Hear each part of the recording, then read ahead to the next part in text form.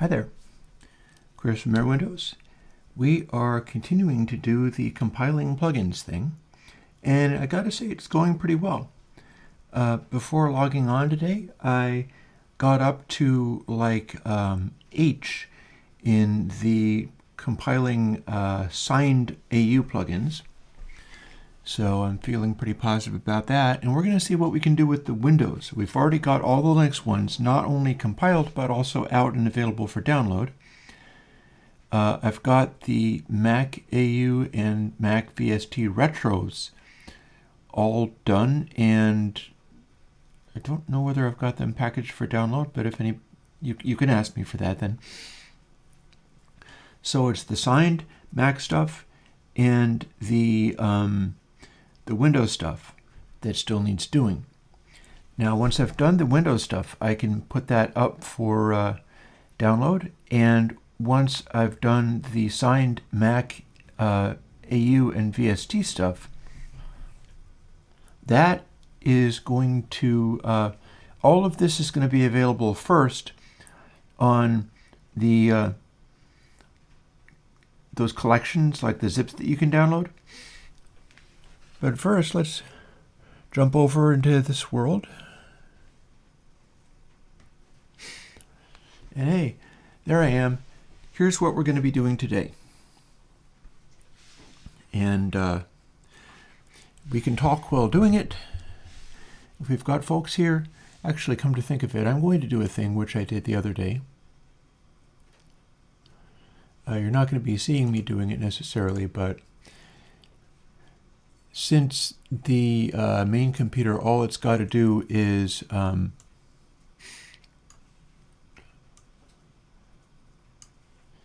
send stuff to Restream, I'm going to fire up the Restream dashboard so I can see who's on where. And we'll see how that goes. I don't think I have any other places to stream to unless I wanted to like stream to Reddit, which I suppose is not impossible. I'm hearing about that is a thing. I'm really not sure that it's going to be as much of a thing as like YouTube and Twitch. But hello to anybody that's here. And though I have a bunch of stuff going on, including stuff that I haven't even told you about today, this is the thing that's going on for most of today. And we're going to see how far we got with it. Like, we got a lot of compiling done the previous day. We got all of the Mac Retro AU and Retro VST done. This is a collection of the Windows folders. And I'm going to be launching the Windows virtual machine, building this stuff and copying it out to these folders here. Because these are where I'm going to gather together everything that gets zipped up and made available. This is the process I normally use. So, this is exactly the same, say it says WinVST working. This is exactly the same as what's on the GitHub, except for I've included this as well in every single one of these downloads. This is the VST2.x folder. Normally when I'm doing a new plugin, what I'll do is drag this into the Windows environment and then drag over the CPP-H and proc CPP files, and then go through, do the project, and set everything up the way it needs to be. And then I drag the resulting thing, taking away the VST2.x and the build folder and the debug file, which is enormous. And the end result ends up going to GitHub. But since I've already done that, technically these VST projects are all set up to compile correctly, assuming I have that VST2.x file, which I have to delete because I can't be distributing this stuff. Steinberg would be mad, and Steinberg is enough trouble to me already, so I don't intend to annoy them further. So that's the kind of stuff that you've got to get yourself. I've got access to it, and I'm licensed to have. So what we're going to do, I think, and this should work, but we're going to find out because I haven't tried it. Or to to be more accurate, I have tried it and it didn't work, and I think I know why not. We're going to launch my virtual machine. Have a sip of coffee while it gets itself ready. We're going to go to the place where I do the work and drag in the entire WinVST working folder and see whether I can step through this relatively rapidly, and then drag all of that stuff.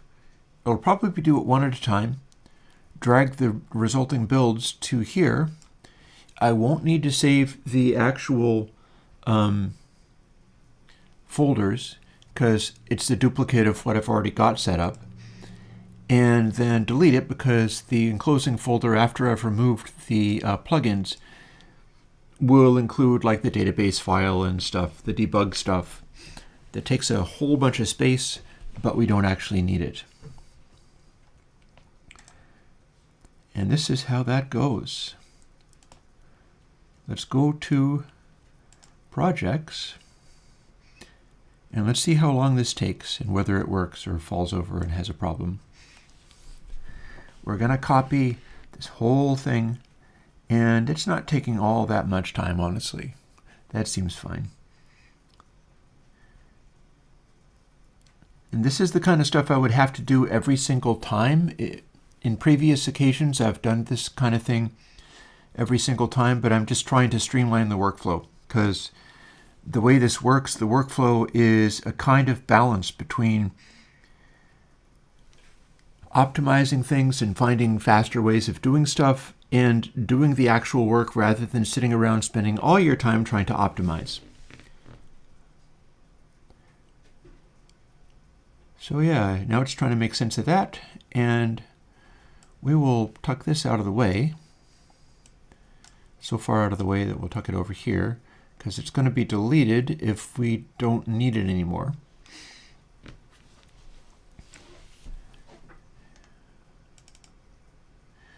And here's how this works. I don't think I have a, this doesn't have disclosure triangles like what I was doing on the Mac, so I can't like open all of these things, go through them. But what I can do is jump into this folder, and here's where we're going to try to fire this up.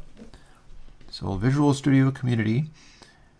This may give us troubles, but we probably don't have to reboot this all the time.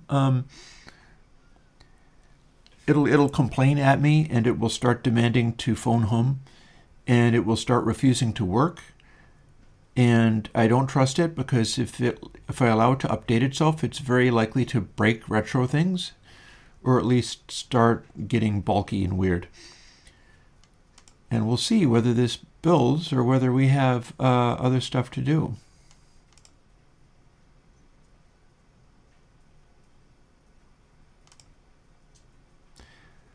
And it looks like we have other stuff to do, so we're going to find out what's going on. Because this is the workflow I'm going to need. I got to work through this. So if this is how it's set up, this is going to be what that means.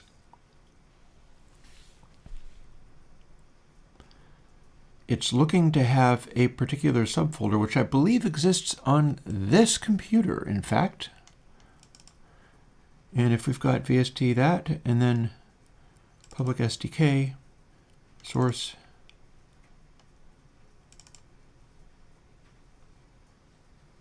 it's looking for this stuff. So let's see whether we can figure that out. And we'll go in and let's see now.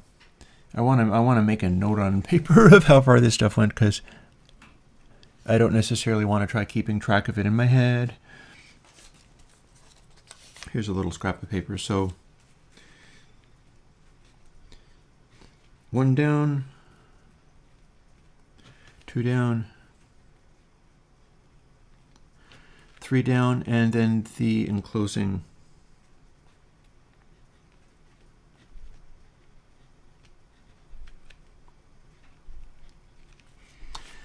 With a bit of luck, this is how you do this kind of thing. And in fact, I may very well just, with some of my compiling on this stuff, I have to get rid of unused and extraneous things, but I think I might just be able to do this without that problem. So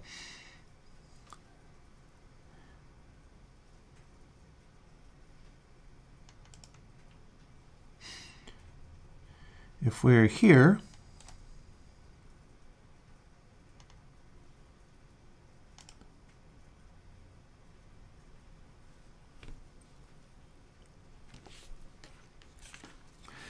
we got to go 1 down to WinVST working, 1 down to projects, 1 down to, oh, hello. Is this a subfolder? I guess. Okay.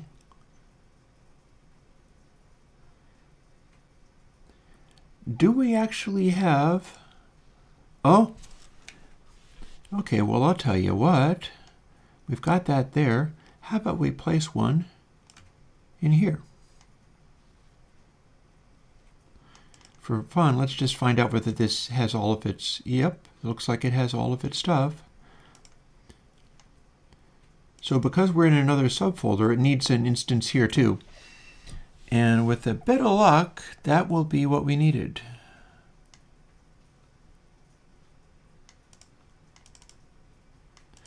Because it's now in the WinVST working.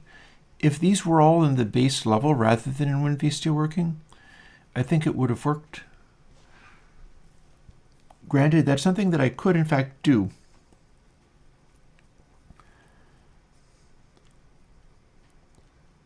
Want to test that assumption?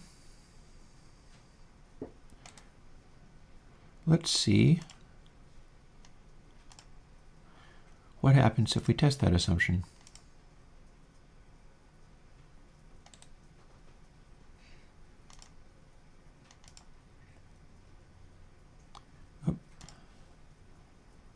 Let's also quit out of here. And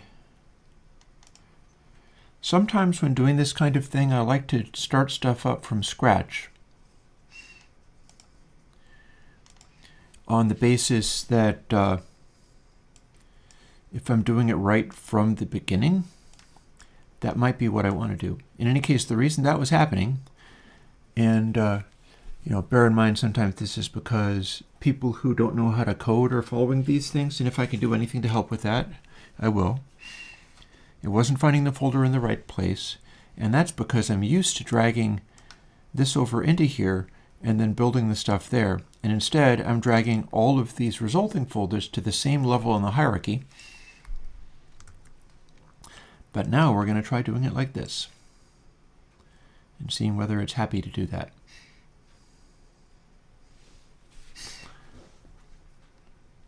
It seems reasonably happy to do it.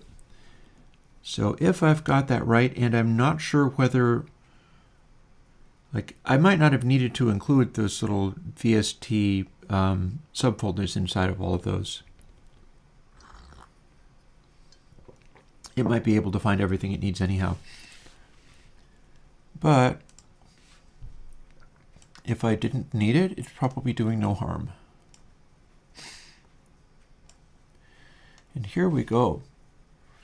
Now we're in projects. It should know where it is, and we're going to start that over again. Just for fun, I'm going to launch Visual Studio Community ahead of time. See if it acts any differently. I also think I might have just got a package coming in. So let me have a look.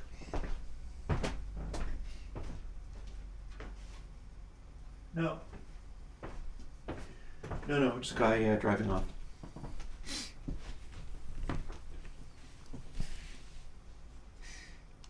So,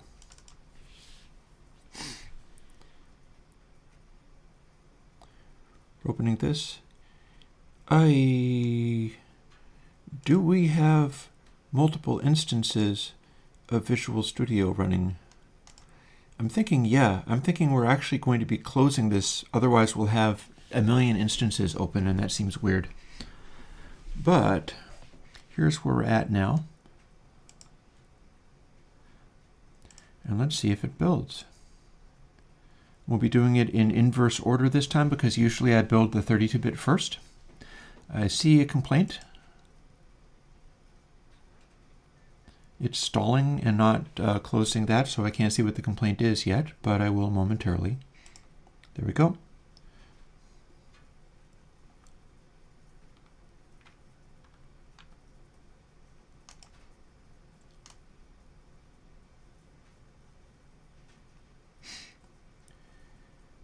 And it's complaining that it can't open an include file. See, my hope is that this doesn't become a nightmare of manually doing everything.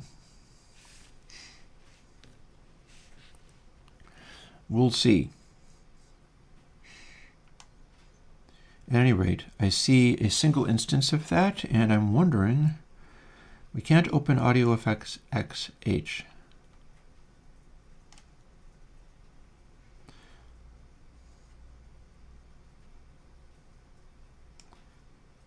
And acceleration H is asking for that.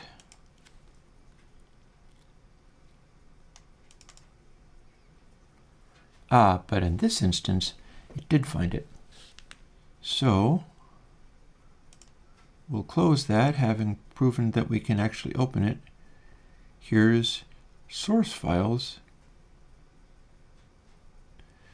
If we build again, can it find it the second time? I've seen that kind of stuff happen sometimes. Nope.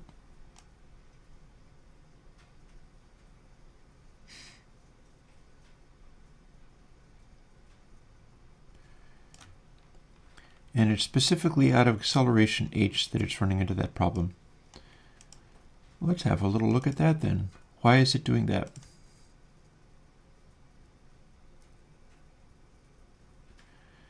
It's going to try to include that, but it's including that at root level.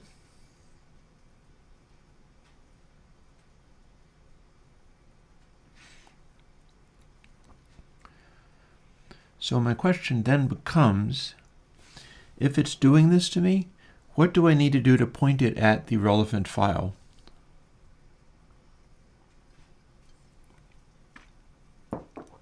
Because this ain't what we're supposed to be seeing. And I've only got a limited amount of time to do this because I'm going to be finished at 3. But my hope is that I can get at least one thing working. But it needs to be not just hand doing it. It needs to be doing it globally. Like I'll start afresh, start from nothing. But when I do it, it will do it the way that I intend it to be done. So let's look into a possible change here. It's looking for Audio Effects H. I've got stuff in here. In fact, Audio Effect XH, it's leaving off the suffixes, but it's in here. It's inside the VST 2.x directory. Therefore,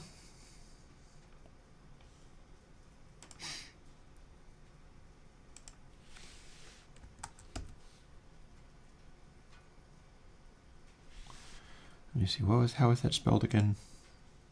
VST2.x.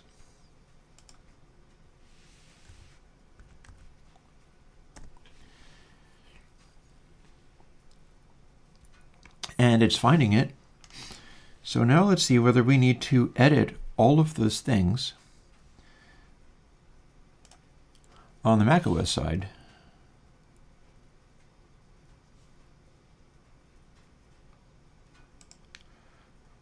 Let's open up one of those files. That's living on the desktop at the moment. Working directory, because we're not changing the regular thing. Acceleration.h is the one, and we're going to do a global find and replace on that working directory only, and do the change we just did. I have every expectation that that's going to be the thing.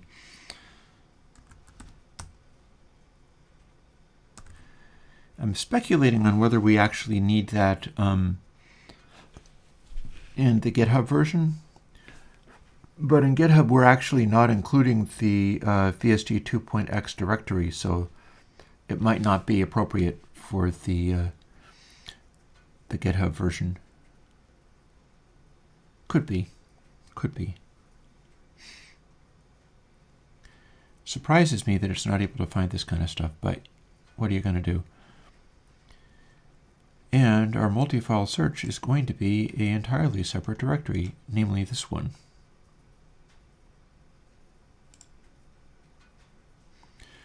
Please go forth and replace all of those things. And we have 290 plugins that we're doing. And there it is.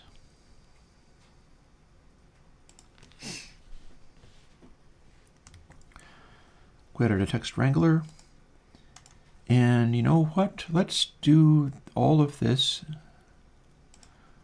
once more. We'll select everything and delete them.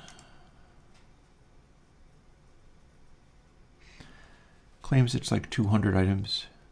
It's about time for me to empty the recycle bin while I'm at it.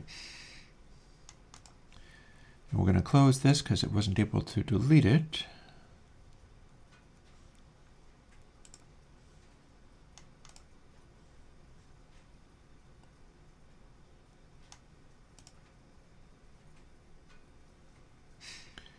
We are doing a whole bunch of things today. And yeah, this recycle bin is going to be so full of stuff if I'm not careful, so let's get rid of that before it fills up the entire virtual disk.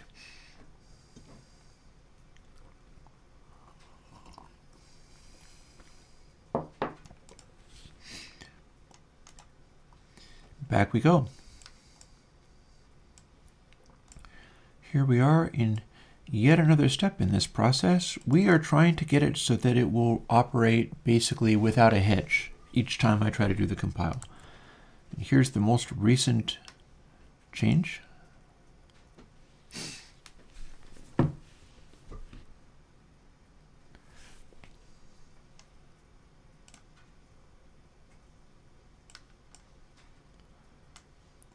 Hopefully that'll be enough.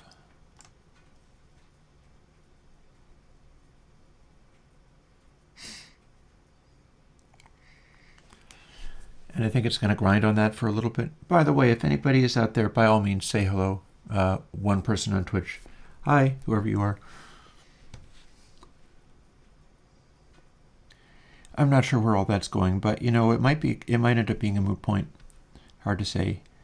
What is not the moot point is that I'm in the process of fixing all of the Windows VSTs for everybody, especially people who are on Intel processors or x86 style processors, which is going to be everybody that's not on the new Macs. This should help. Let's see what I can get you as far as new performance is concerned.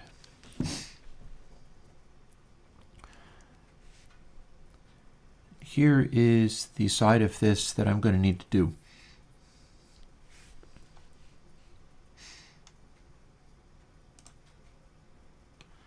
Here's our project. I'll just build because I'll need it to build first time.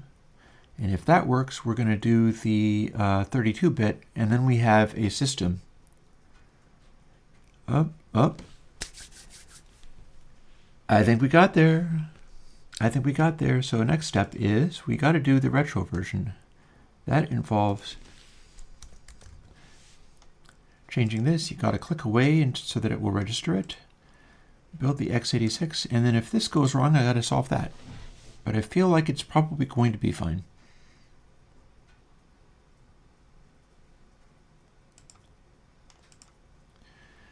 That worked too, and we got a closed solution. And here we have the plugins we needed. But one of the things about this, I gotta scooch this over so that it doesn't drop it on the Windows desktop in the event of the mouse hiccuping. And I gotta hold it down just a bit so that it will show me what I need in order to 1, 2, there we go. See, that's not enough. It doesn't always register. It'll show me that little folder on the screen. And here's our first 2 Windows recompiles.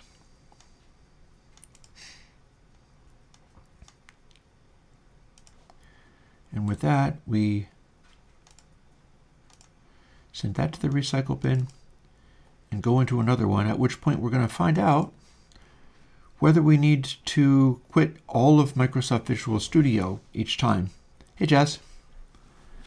It looks suspiciously like I need to close all of Microsoft Visual Studio each time. This is something that we can do. I might find out if there's like a control shortcut that I can do for it. And it seems very tiresome to me having to quit and relaunch the entire program every time I need to do a new thing. But I didn't make the rules, nor did I make Microsoft Visual Studio, so we'll find out. It feels like I have a whole separate instance. That seems very wasteful and very screwy to me, but I didn't make the rules. Again, click on something else so that it registers. Switch over to the x86, build. That, or it's just showing open tabs. And having now done this, I've also got this instance that is apparently an entirely separate thing. I don't know whether it's a separate copy of Microsoft Visual Studio running or whether it's just some kind of view. Either way, if I quit this, I've still got the whole program sitting here. And that is dumb and wasteful. So let me find a way of equating to close. Close solution. Oh, okay. Alt F4 ought to do it. I don't seem to have a shortcut for closing the solution, nor does it help, because if I close the solution, it's still running an entire separate instance, which seems very dumb and wasteful to me, but nothing much I can do about that. Exit Alt F4. Gosh, let's see if that even works. Alt F4. Okay. Acceleration 2. And the reason I'm having to quit these each time is because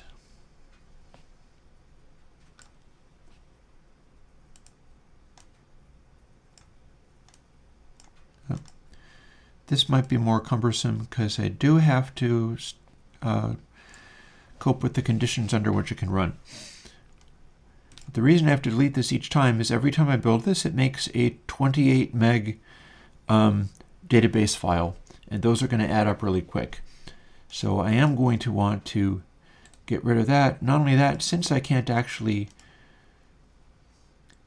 get rid of this right away, what I'm going to have to do is keep going back in and emptying the recycle bin all the time.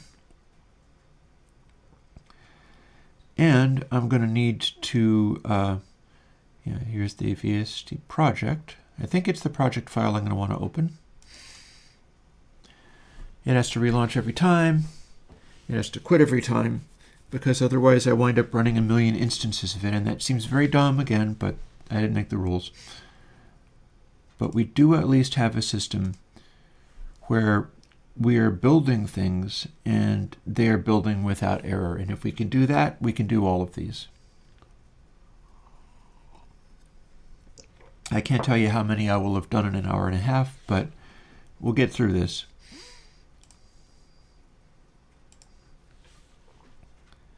Might end up giving me a bit of a headache. Here's our 32-bit.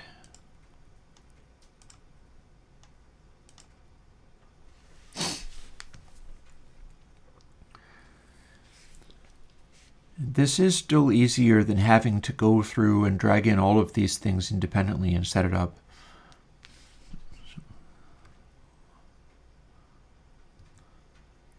Alt F4. 1, 2, 3. 1, 2, 3.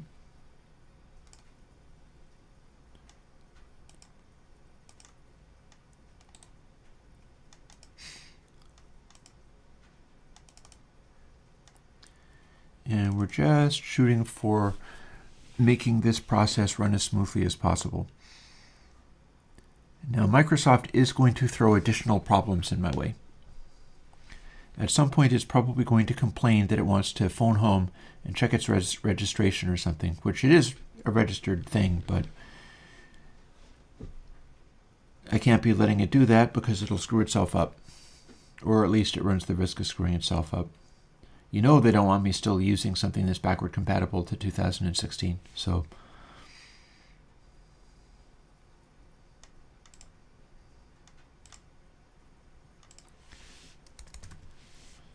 there's my 32, x86, and we're going to build again. And once it's well and truly finished, there's our Alt F6. 1, 2, 3.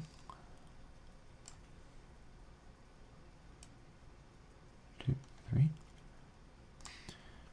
And again, that's a useful feedback, is if it is not actually getting the thing, it will not show me the icon that I was seeing.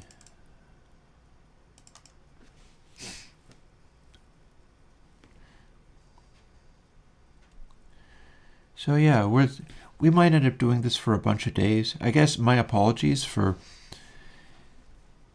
having streaming be the same, but because this is what I'm doing, and I've built it into a system where it's kind of just slowly walking through all of this, and moreover, a system where if some of it goes wrong, I can drag in those relevant folders and rebuild them. So that's a bit of a bailout. It means that I can answer questions or talk to you, arguably more than before, because this is a slower process and I'm not going to be able to do it as efficiently as I was doing some of the other ones.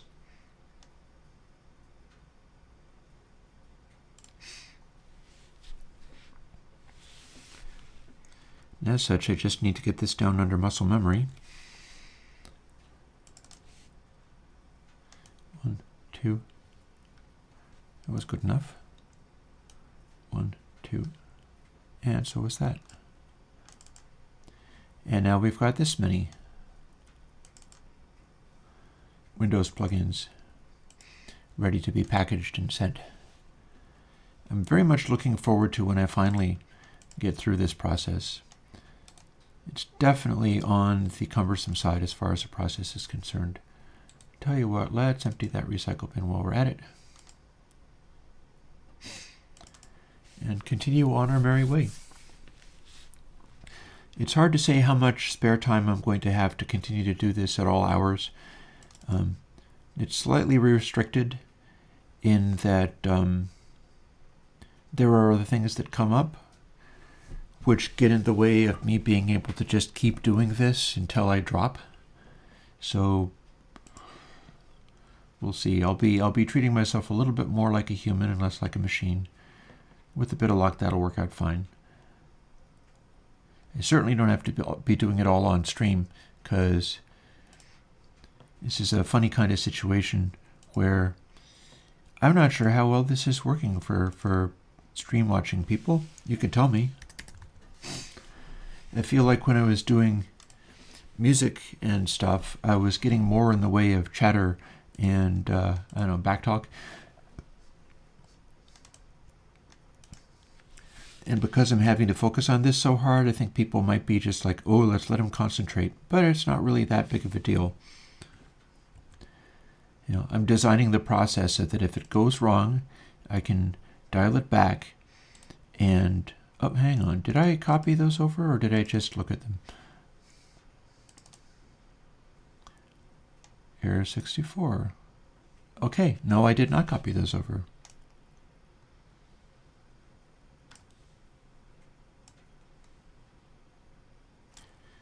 That's the whole idea, is I should be able to like dial it back, or if I identify where something has gone terribly wrong, I should be able to repeat this process over again and do it properly.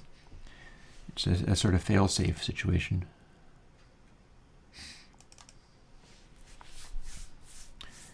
In other words, I can stop this, I can resume it, I can do it for just some of these files.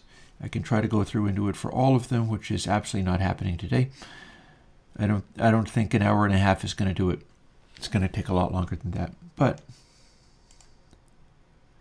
we will get through it, and I'll be sharing some of this process with you. I know, joy be unconfined. You get to be in the middle of this drudgery. But, like I said, I can chat if anybody wants to talk. This is a virtual machine. Yeah, see, Parallels Desktop Virtual Machine. This is a virtual Windows box. And it's sort of it's frozen in amber. It doesn't talk to the internet. I think it knows what time it is, but just barely. And as such, I've got it backed up in a number of different places, and it's the same version of Parallels, so I feel I can trust it. If it can compile the plugins, even if something goes terribly wrong, I can roll it back to a version that was compiling the plugins and then use that. So this gives me a situation where the compiling can be trusted to always work, because I can always make it be the state of this PC, this imaginary PC, that was doing the building for me. And again, it's like air gapped from everything.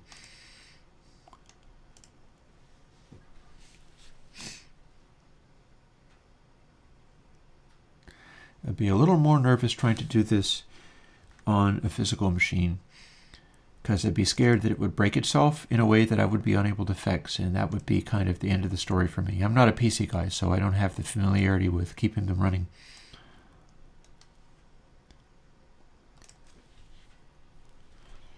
And although it's ironically better off in Microsoft land doing this than it is in Apple land, I don't trust Microsoft to let me continue building things for Retro without breaking them somehow. So it puts me slightly in opposition of everybody as far as continuing to try to do this. Like, you know, Microsoft doesn't want you still using Windows 7. This is Windows 7.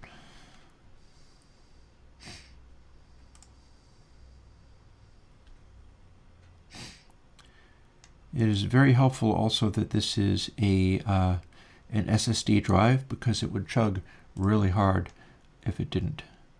And yeah, usually I build the 32-bit first. This has been saved from, I left it off when I had just built the 64-bit, so we're continuing that, and so it's building the 64-bit first. Then I go in, change the name, change the configuration, just to build again, and off we go. And again, once I say up to date and skipped, I know that I can quit out of this. 1, 2. And if I see this little folder, I know that I'm dragging a file, and it'll say a quick voice clip 64. Although oh no, it's going by size. They're very similar sizes, but I should be going by name. I bet the other one's doing the same thing, yep. So that shows me how many of these I've built so far. Yeah, well, I support I support Mac PPC on the Retro. The stuff that I do is very minimalistic.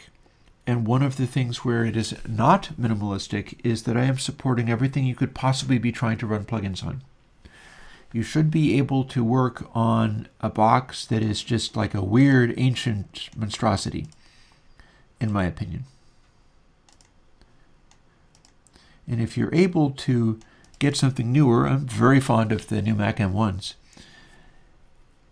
I am all for supporting that, providing it's not a giant mess, even getting into the zone of doing it. Like, people are asking me to have the plugins all ported to iOS. I haven't got that much interest in doing that. I'm not really using plugins on iOS, although I know people do. And I don't know how many hoops I would have to jump through to do that. It makes me less interested.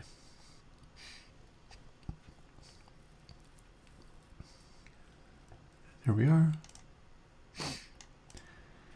But as far as the older stuff, that's where my heart is at, is having things be workable for people who, are on hand-me-down computers or stuff that they just got a hold of somewhere. I think you should be able to do serious work even on very geriatric computers, as long as you know how to do them. My stuff is pretty efficient. It's all the more efficient with these changes that I'm putting in.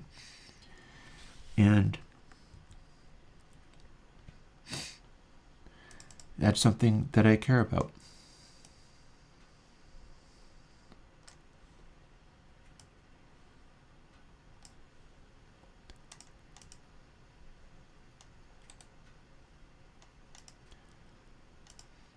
So we're going to delete that and keep on chewing through this stuff. This is not going as fast as some of my compile fests, but it is at least moving, and it could be going a lot slower. If I was using the same workflow that I did for other stuff, it would go a lot slower. And there are some things, such as a plugin that's coming up called Dirt, that you're going to get on Sunday, where this is going to be interesting, because I'm going to be doing this, and I don't believe all of the situations are set up for it. It might be worth me looking into that, in fact. Taking a moment after I finish building this one and going and looking what that situation looks like, because I may need to do a little fussing with it. So there's the 64 build. We'll change it to the 32.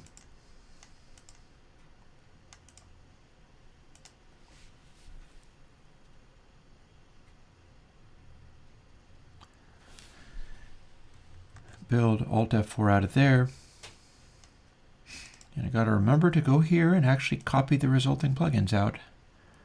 There's no point building them if I'm not going to copy them.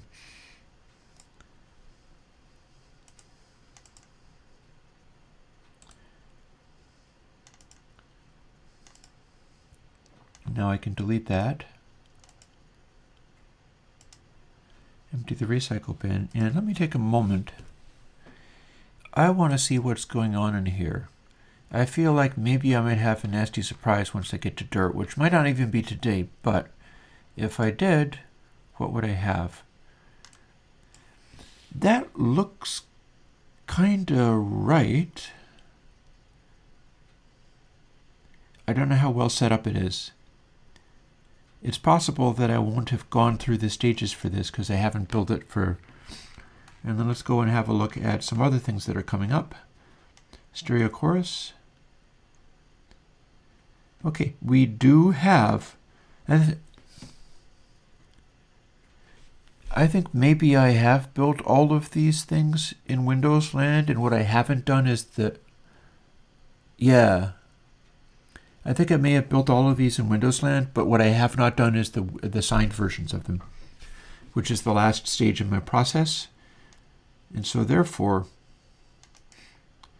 the Windows stuff of all of this will act the same as everything else. So I needn't be worried about that part. I mean, I'd be able to get around it, but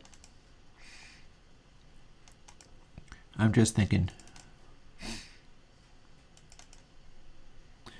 I'm trying to think ahead, figure out what needs doing.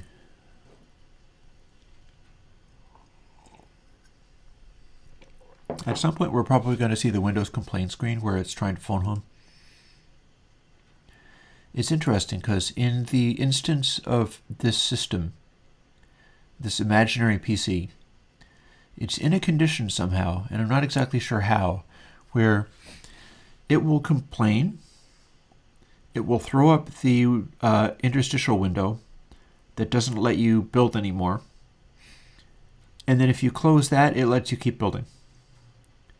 Now what could happen there is if it starts doing that, it will slow my whole process down enormously, and that will suck.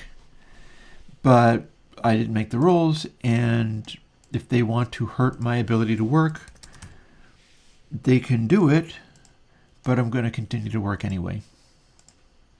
Because I'm doing this for my users, and I'm doing this for plugin users who could use like these 32-bit builds and so on.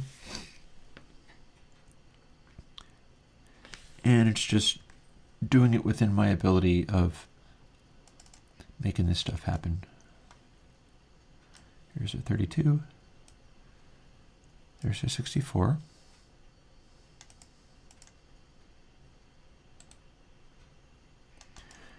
There's probably keyboard shortcuts for all of this. Windows does manage to have some keyboard shortcut stuff. It's always been like, oh, we're on a PC, I can do keyboard shortcuts. And I simply don't know what they are. I could look some of them up. I'm not sure if I need them for a situation like this because I'm just sitting here waiting for it to launch each time. And I don't actually see a build AutoPan 64. I guess F7 would do it, but that's not the way that I've been doing it, so I don't really like trying to throw a change in. There was a Linux situation a while back where it had access to the internet and apparently updated itself. And ever since then, when the Linux had updated itself, it ran much faster as if everything was cached, and then none of the plugins worked. And so I dialed back to an older version of the virtual machine and didn't let it connect to the internet anymore. And ever since then, it's been fine. That's also why it claims that all of the creation dates are a spot fixed in time without reference to reality. It also claims clock skew detected. All that means is since it doesn't have connection to anything, it can't update its clock, and it gets confused and upset. So let's see. Alt F4 again.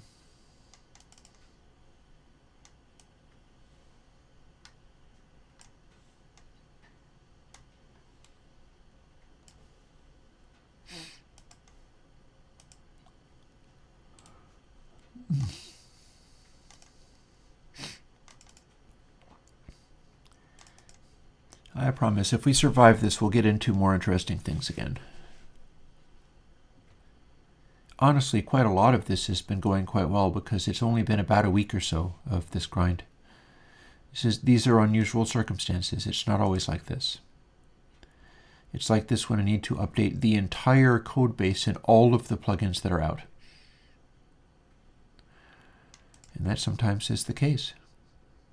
Sometimes you need to go and update all the plugins that you have. For people who don't put out so many plugins, that becomes a little bit easier.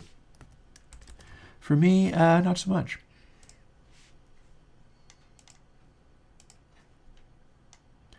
And these are the times when you wind up with the developer dropping the ball and like, oh no, I didn't do that, I stopped helping you.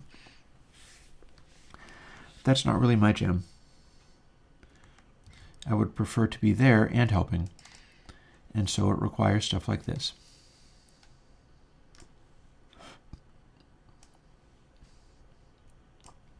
Maybe I can move these so I don't have to drag it so damn far. How about that? That can live there and that can live there. They're just directly across from where I have to drag. And there it is, we got it.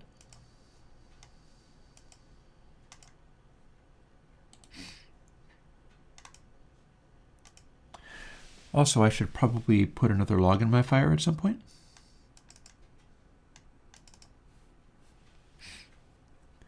That seems like it would be good. Hey, it's two folks on Twitch. Yeah, I'm no longer sure whether Twitch is going to become a thing for me. If conditions turn in such a way where I need to be favoring one platform or another, I will do that as I see fit. For now, we're still doing Restream, and we're still going to both. So you could be on Twitch or you could be on YouTube. Freyskin, hey, well, you know, I have no option. I have to do this hundreds of times, specifically close to 300 times. But I don't have to keep doing it over and over. It's just a matter of going through it and doing it the hundreds of times that I need in order to give everybody the stuff that they need. And I'm sure it does have command line tools. What I'm doing right now would require changing configuration, which would have to happen with the command line tools too.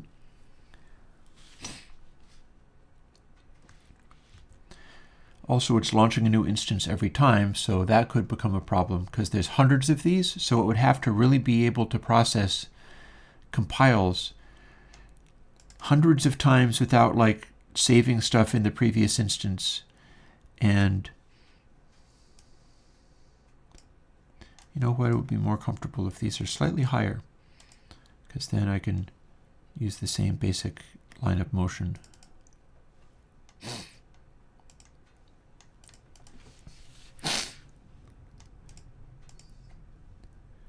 So much for Avra Matrix. Yeah, it's interesting. Like Twitch could conceivably be a very suitable way of just spending time, but you know, I have more people following the channel on YouTube because I've been doing that for many, many years.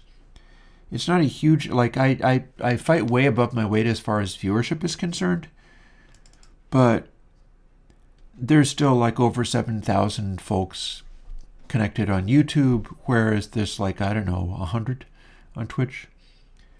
And that translates into like, okay, 2 folks on Twitch, 4 folks on YouTube at the moment that are showing up in the restream thingy.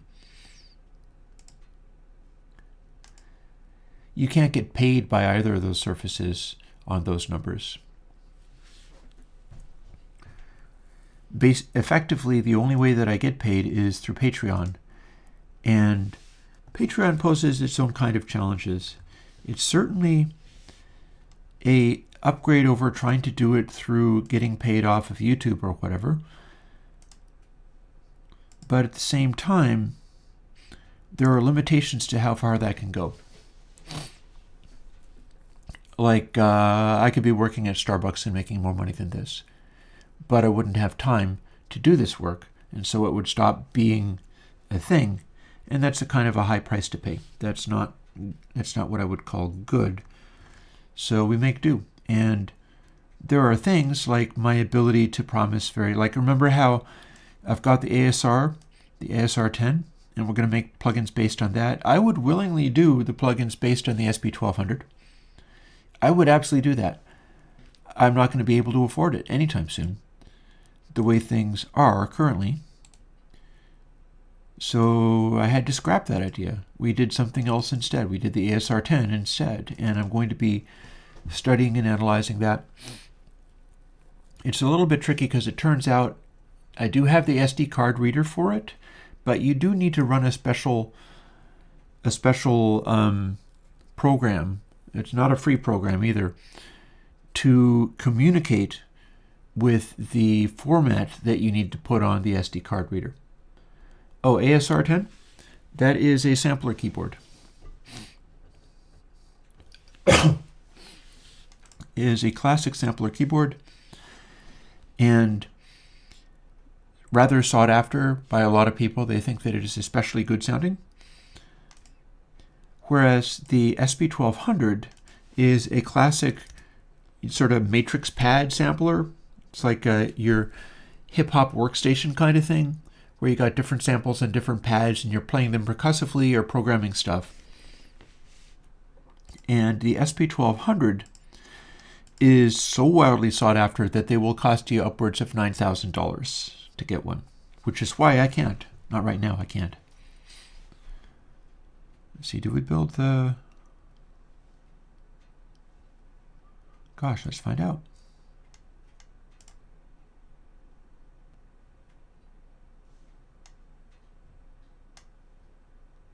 I did not. Let's.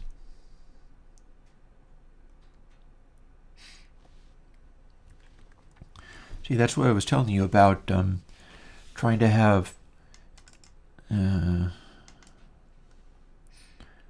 things set up so that if you catch yourself missing something, like one of these doesn't get included, you can drag the folder in and just kind of quickly go through this same process.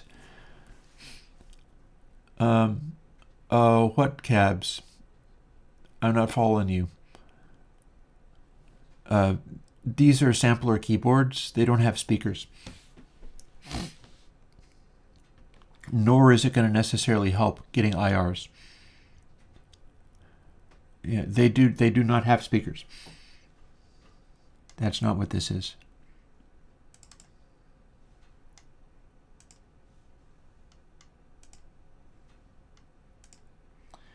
Mind you, there's stuff that I could do capturing of cabs and speakers.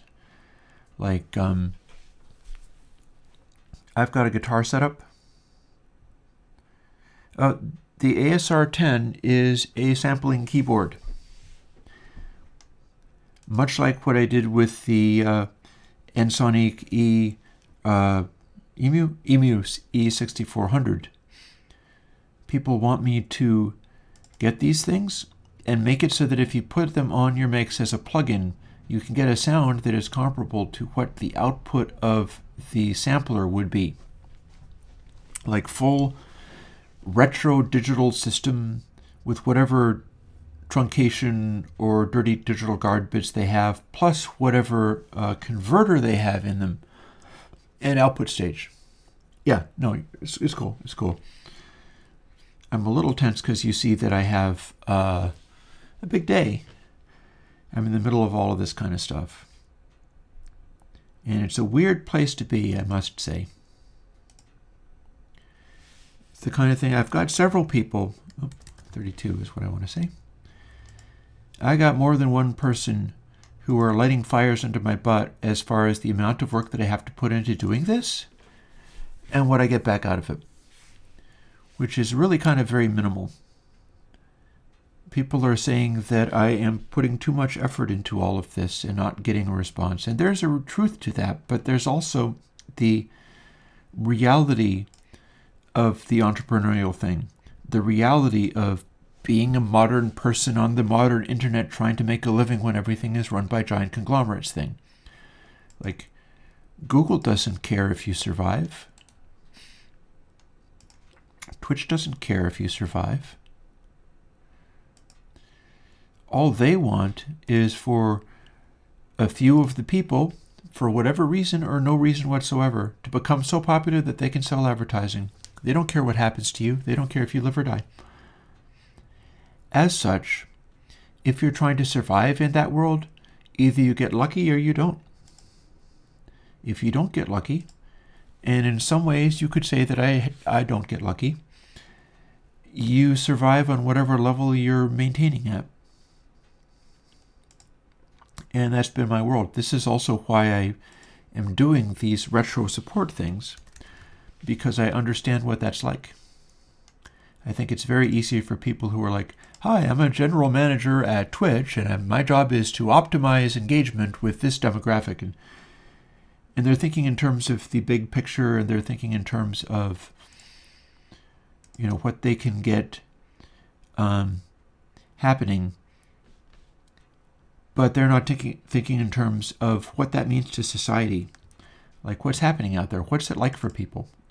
What do you have to be like in order to be that person that does in fact succeed on Twitch and make a bunch of money and get a lot of eyeballs for them so that they can sell advertising? You know, who do you have to be? What's the cost of that? And this could be a very short-sighted kind of scenario.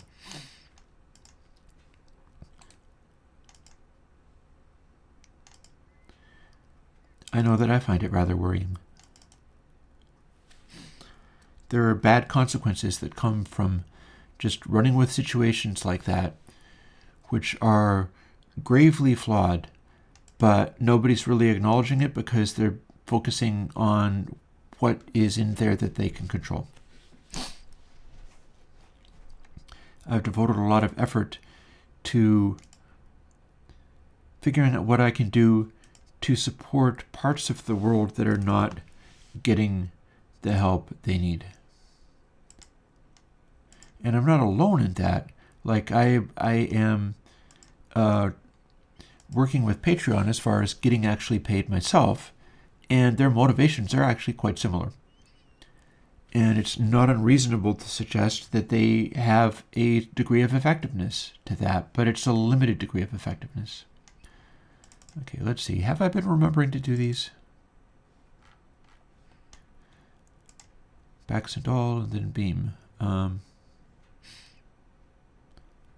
I guess we'll find out. If I missed anything, then I will have to go back and do it separately.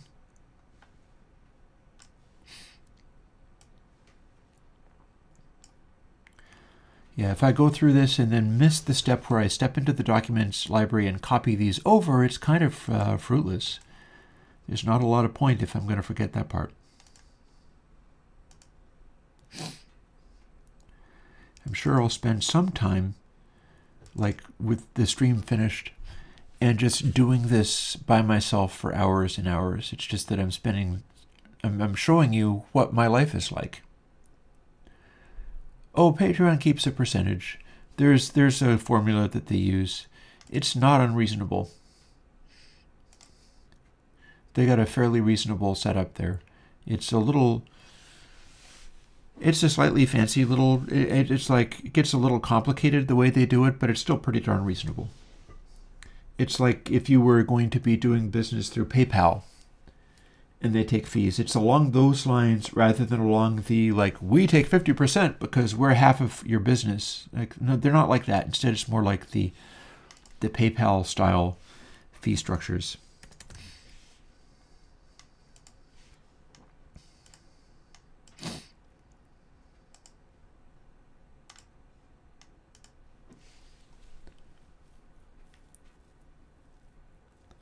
Which is appropriate because Patreon is not really set up to get you attention or support you in any other way. They are going to work kind of like, Patreon will work kind of like a payment processor. They can set up a situation where you can reasonably go to people and go, okay, go here and please support me. And you can do that. They've never failed to pay me. And they're not taking a huge chunk. And it works, but it's not about discoverability. They're not going to show people who you are or find you people. Nobody really is. The internet is set up so that you got to do all that heavy lifting yourself, which means if you're focusing your energies on doing the thing that's supposed to be valuable, in many ways that's not enough. Same as with regular entrepreneurship. Part of your business has to be the marketing and communicating and making your own discoverability. There it goes.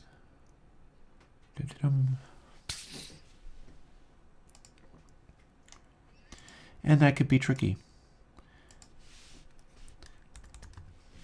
That's why you'll run into people who's like, why is that so popular? It's kind of garbage. They just make lots of advertisements, or they're very trendy or whatever. Oh, the analog obsession guy, that's fancy GUIs. Fancy GUIs, and he is claiming to do plugins that are actual pieces of hardware that people know about. If he tells you, I have one of these, but as a plugin, you go, oh, one of those must be pretty cool. If you're trying to make up your own thing, that's much more heavy lifting. Like, I'd like to see the comparative sales of like Behringer Neutron or the newer Behringer Proton to like their Moog Model D thing, or some of the Roland stuff that they've done complete knockoffs, or indeed the knockoff of the Arturia keystep that they did. It's like they are probably not doing all that well on the stuff that's not an outright ripoff, where the thing exists in the world and that's the marketing. Marketing is, hey, here, have one of these, but for free, or one of these, but for less. And then the other person, the other company, whatever it is, has to do all the heavy lifting of convincing you that that's a thing that is desirable.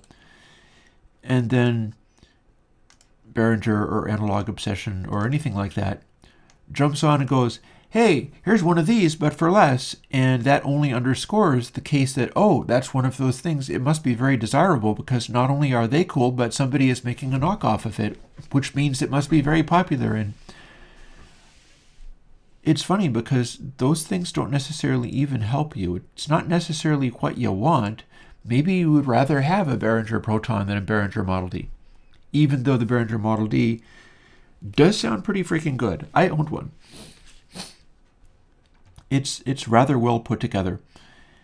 Not in the sense of necessarily reliability, but in that the design of it, at least at the time that I had one and looked at it, is making some choices that contribute towards it having a comparable sound to the real deal ones.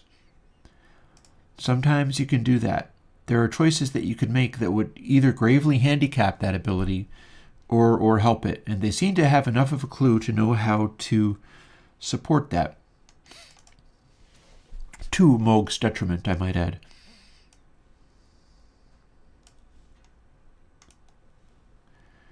There is also a bit of a backlash in that if they're doing all of that, they don't develop a name for themselves. Instead, it's just like heightening the glory of the name of Moog or Roland. Because it's basically that's what they're selling. They're selling a worse version of whatever that is. Or analog obsession is providing worse versions or plug-in versions of a bunch of stuff that people can't reasonably have. I don't know how well they're doing as far as inventing their own stuff. That's kind of my line of work. And it's not necessarily anything that people want from Analog Obsession. And it's not really surprising that they do very well for themselves on Patreon. Because it's kind of that repurposing kind of thing. Where you will always make more money ripping somebody off. You will always make more money not doing original work. You will always make more money working for somebody else rather than working for yourself. All of those things are just sort of the reality of it. And then it becomes a balance around, like, how do things still happen in the world where it is gravely unhelpful to do positive original or authentic things. In the world of ripoff, how do you make anything original? And the answer is you allow ripoff to happen and you see what you can do, because you have to be committed to doing something on your own. And it's going to need to be more important than your own survival or protection. And survival is a bargain. You survive as much as you need, and work out how to maintain that. This is why I license with MIT license, rather than, say, GPL or whatever. I would like to see adoption of the stuff that I do. That's a little more important to me than being guaranteed a piece. Like if you lock everything down, it's like, this is all patented, this is all copyrighted, you absolutely have to go and deal with me to get anything out of any of this. What's going to happen is everybody will just straight up ignore you. They would rather have a copy of somebody else's something, and that's crass, but that is still the reality of it. So being Mr. Nobody Very Important, you don't have the clout to go and go, value me, value my creativity, value my work. It's simply not going to happen. Unless something that you're doing makes enough of a buzz that you wind up with clout, and that only happens through other methods. That only happens through marketing or luck or any of that kind of stuff. Coincidence, association with something. Your plugins were used on some kind of hit record or whatever. And you can't tell when that's going to happen, but that's the only way that it happens, that you start making serious money, at which point it becomes, are you still doing original things, or do you now have to reproduce what you did before over and over again because that's what pays? Some of this might have happened to Analog Obsession, in fact.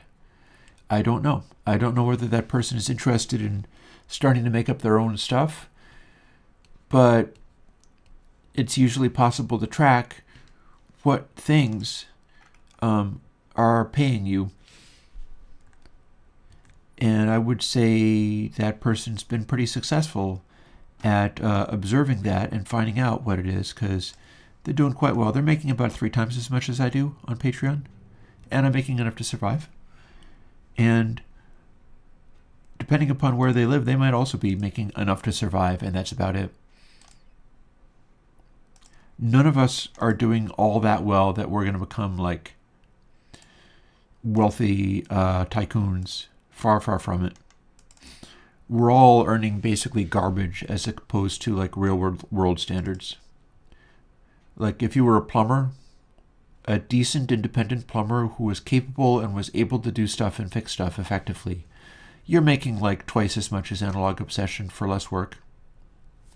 It's as easy as that.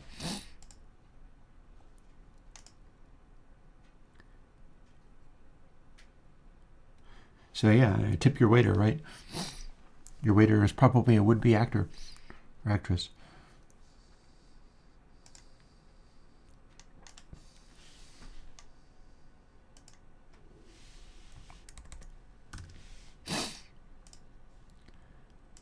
And one thing to notice, and it's always kind of been that way, that's not especially unusual or new. It's just a thing, you know?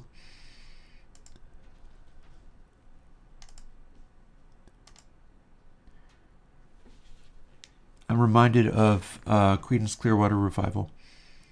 That is a story of a bunch of amazing music and a band that just got exploited very cruelly and unreasonably, to the point where they didn't own any of their own music. John Fogerty was basically running all of that kind of stuff. And once he got free of the horrible contract he was stuck with, the company sued him for making stuff that sounded like himself, because they owned all of his songs that were written and were hits. And so he wrote songs that still sounded like he had written them and got sued for writing stuff that sounded too much like other people's property, which he had also written. You know, and that's a hit band. Like, you've probably heard that music. There's a lot to like about that music. There's nothing so unreasonable or unusual with the deep unfairness of being a creative person trying to do anything. It's nice that people make an effort, like the Patreon thing. That's people trying to make an effort to not have it be as horrible. And that is cool. It's sort of the human condition that a lot of stuff gets as nasty as you let it.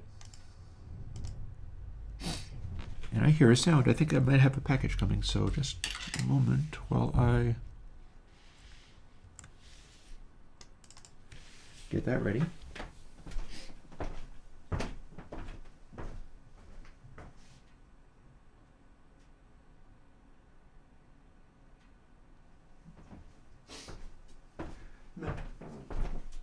I'll keep on doing it, and then if they come to my door, then I'll receive it.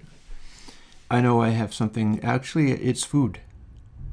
I got delivered some Fancy Pants cheese spread, which I used to have on New Year's. And ever since then, I have this mental connection of like, oh, this makes it special because here's the Fancy Pants cheese spread. And let us see. I'm not exactly sure what German company you mean. Plug-in producers. I'm not entirely sure which one you mean. Let's keep stepping through this stuff. If I do get distracted by somebody delivering something to me, hopefully I don't lose my track. The sequence of operations I gotta do are something that I do need to be able to keep track of, and I'll do my level best with it. Up. Not responding. There you go. Wakey, wakey.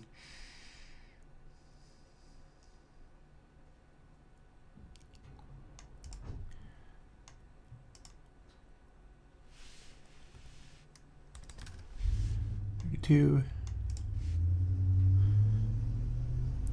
And x86.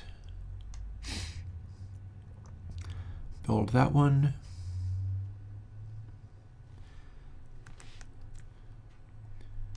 Quit out of there. Drag these over.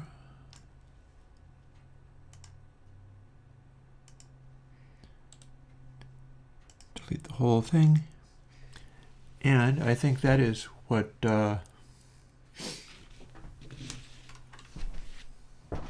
test moment.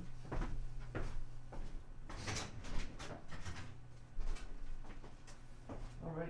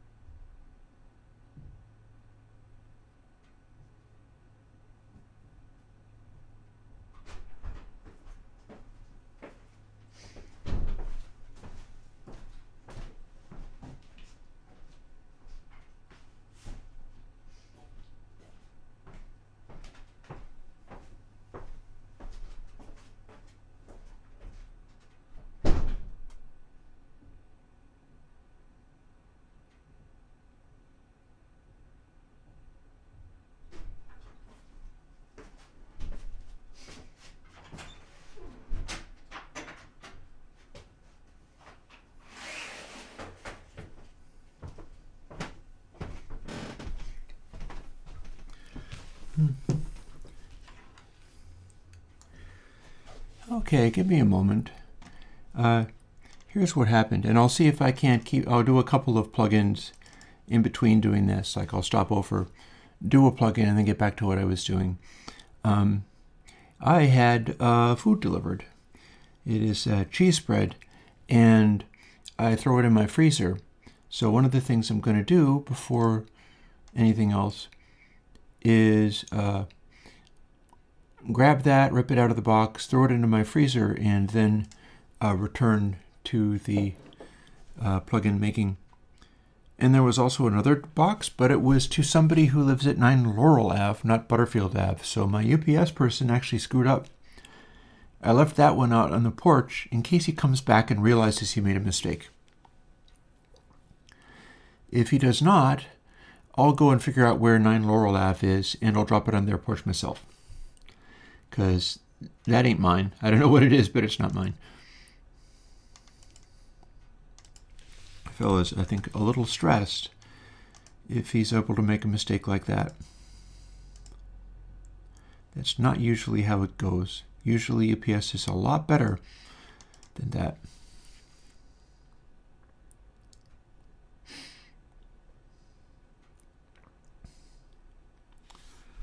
Okay, and Alt F4.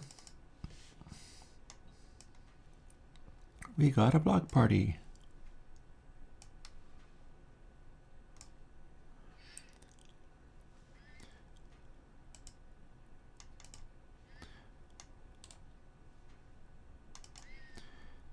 I mean, the important thing is innovation is very good for stuff, and innovation is completely useless for making people lots of money.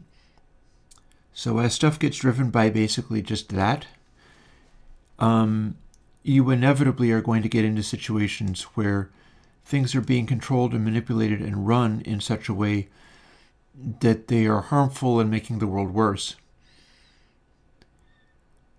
Because it gets down to like, well, count it up, and is this thing making you more money or less money to decide it this way? Generally, you can always get more money by hurting people, breaking stuff, and doing things bad and or wrong. And that's why we have stuff like legal systems, ethics, figuring things out where things don't have to absolutely suck. If you know, it was always profitable and wonderful to be good and great, then we wouldn't need any of those things, because everybody's like, oh, hey, let's just grow like plants under the sunshine and so on, and there would be no conflict. But the world's based on conflict. Let's see, was that the 32? I bet it is. Yep.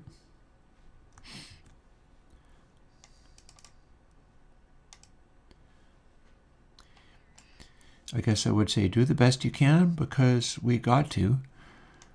We don't really have much of a choice.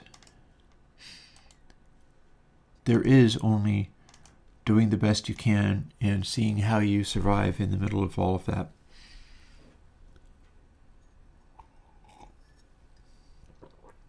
On that cheerful note, let me go and put some food away.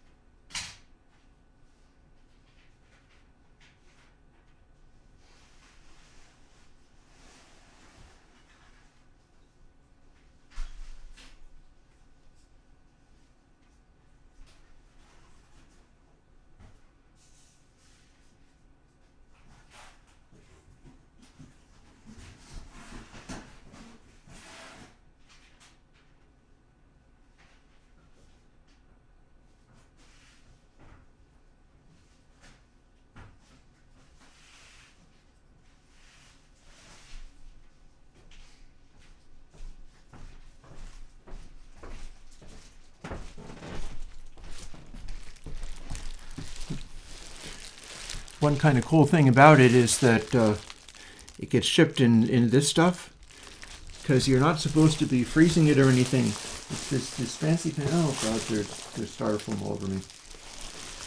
Hang on. Look at the wastebasket, you. So it's basically shipped to me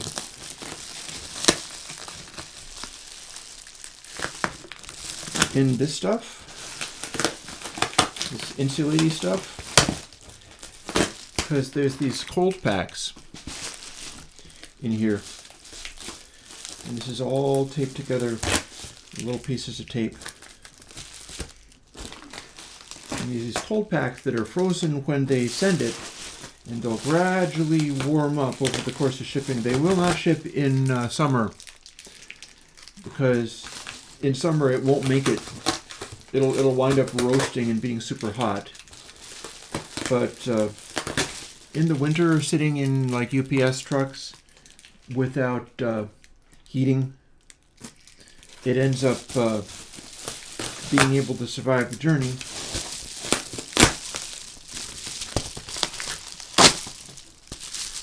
And when you end up getting this, you end up getting a whole bunch of this insulating material, which is it's a little bit like bubble pack, and it's a little bit like corrugated cardboard, and it's very shiny and reflective. I use this for lighting all kinds of things. You wrap it around a light bulb, and you have this sort of super concentrator kind of thing, or this is it reflecting some of the lighting that I have around. It's great for that kind of thing. It's very handy. So what I'm going to do, ironically, this is another unboxing. This is now an unboxing of foodstuffs. This is cheese spread, winter cheese spread. And I think that's actually, here's the cold packs. They're all falling out of there's cold packs in here. And these are just kind of all loosely in this package. So rather than continue to take it apart, what I'm going to do is run over to the fridge and throw this all in the freezer right now. And I'll get back to the coating. Right back.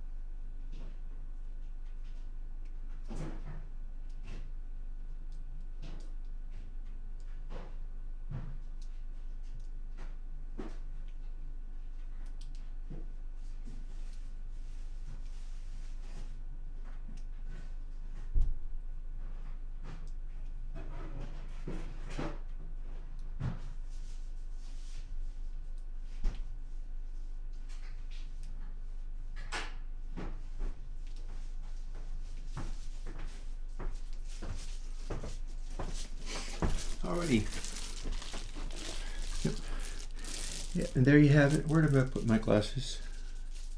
Oh, I'm wearing them. That would explain. And there you have it. So I have food brought in, which should last me through the summer, where they will not deliver that. It's a bit of a special treat kind of snack. And I have this cool material that's all taped together with like a fairly decent quality plastic packing tape.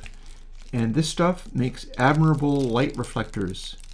And so with my studio lighting, very often what I'm using is like regular light bulbs and things, and these are diffusers and light extenders because, I ordered the cheese stuff from a place in Michigan, and they do it in this weird way. And then it turns out I have all this material that can be used for lighting rigs for free. And that's pretty cool. That's something that I like to take advantage of. In fact, I will show you the full extent of the situation once I've removed these pieces of tape.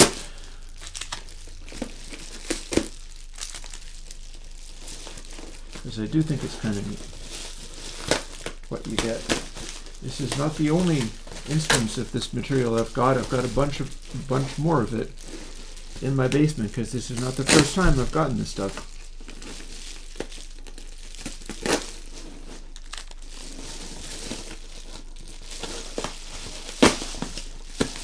Got the AMSR plastic manipulation going on.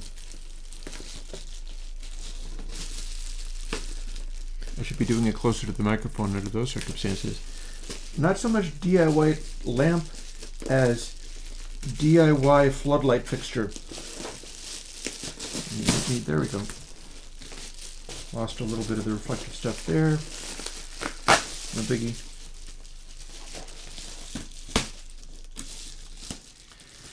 Yeah, I've got a Patreon post to make as well, but I mean, everything will happen in its due time as needed.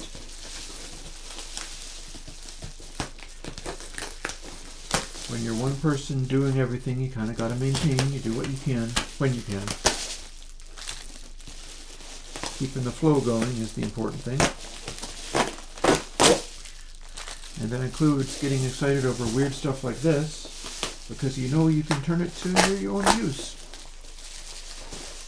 Having a reflector around a lamp can make it a lot more efficient as far as throwing a bunch of light in a particular direction.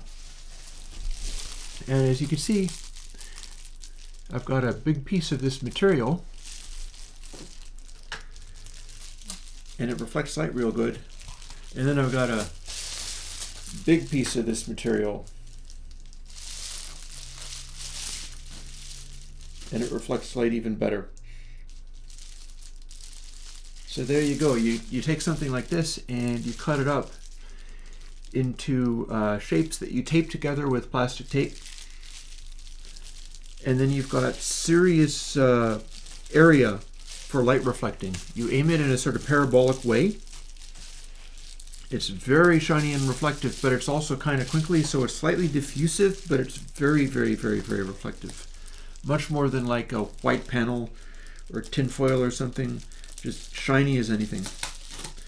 So it scatters a little bit, but mostly it's directional. Like here we've got this. You can see that it's kind of glittering a little bit off axis. And then as you bring it around, we've got on axis my closest light. And this is what you can do with this material, is bounce a lot of light where you need it.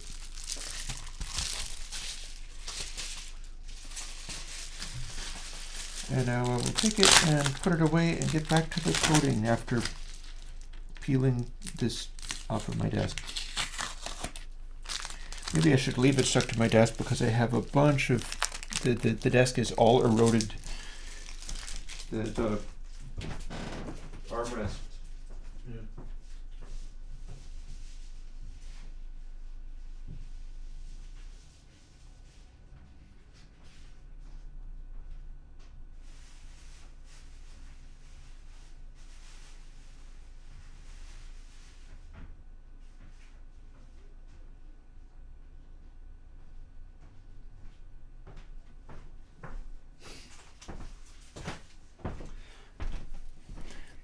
And you even get some giant cold packs.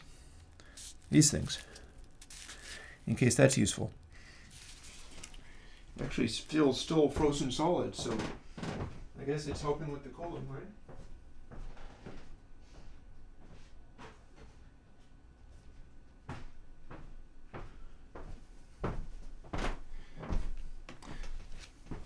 Okay. And yeah, absolutely, that is totally considered upcycling. So, got about a half an hour of the stream left. Let's see what else we can do as far as more of these Windows plugins to be compiled. That's my hope. And I'm certainly not going to get all this done. I've only gotten to B, which gives you an idea of the scope of the task. But this is what I have to do before getting on to other projects.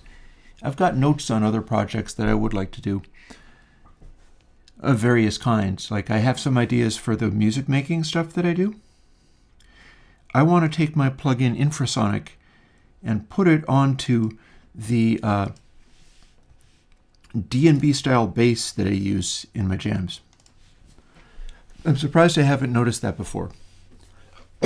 Because what I've got synths that do a very good job of producing extreme lows.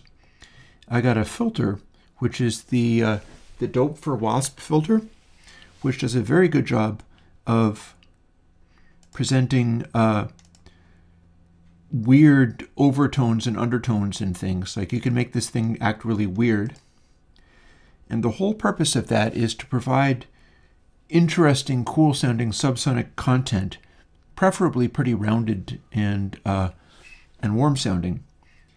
And infrasonic is not necessarily that broadly useful. It's a sharp cutoff right down at 20 hertz, meaning that it's kind of going to enhance the distorted quality of things. So it's going to exaggerate stuff. And it'll be slightly resonant right down there. But that's appropriate for this particular instrument. The instrument of the Music Thing modular going into WASP filter, going into a channel, means this sound needs to be doing all the cool stuff right down at the subs, but not necessarily literally. Like having 5 hertz down there is not useful. Cutting it off sharply at 20 hertz is the useful thing. And there's stuff where having a more graceful cutoff, like kick drums and things, like having a more graceful cutoff that allows it to get into literal subsonic content is not all that hurtful, because it's more important to have the phase accuracy and so on be behaving itself. But yeah, the D&B bass, that I definitely want to be cutting off at 20 hertz, including any weird qualities it might pick up through high-pass filtering. And infrasonic is exactly the thing that I'd need for that. Did I just try this? Yes, I did. I've also got a note on tape saturation, because there's an additional thing that I could try that would probably be appropriate for a new version of From Tape. I could probably do a version of From Tape that takes advantage of something that somebody brought up to me in email. Let me double check. Is this what I just did? Yes, it is.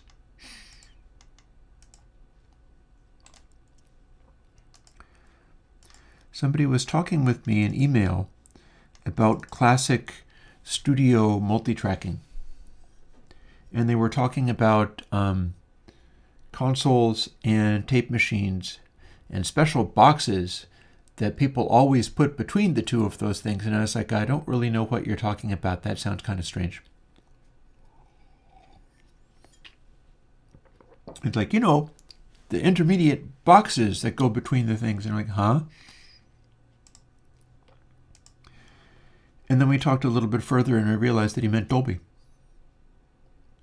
Late 70s Dolby. And the thing about that, and he knew this and had experimented with other people who were trying to do that kind of stuff and felt that it did not deliver the sound of late 70s. And there's a very easy explanation for that. If you just go and hypermodel all the details of a Dolby box, you're going to lose way more than you gain from fussing around and doing these elaborate things all in, probably floating point, right? In 32-bit float.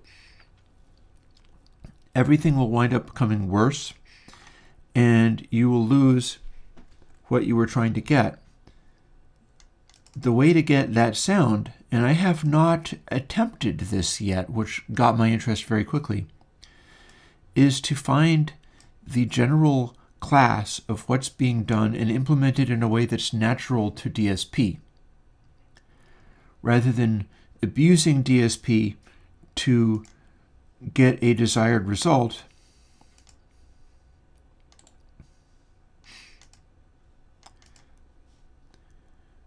Without listening to it.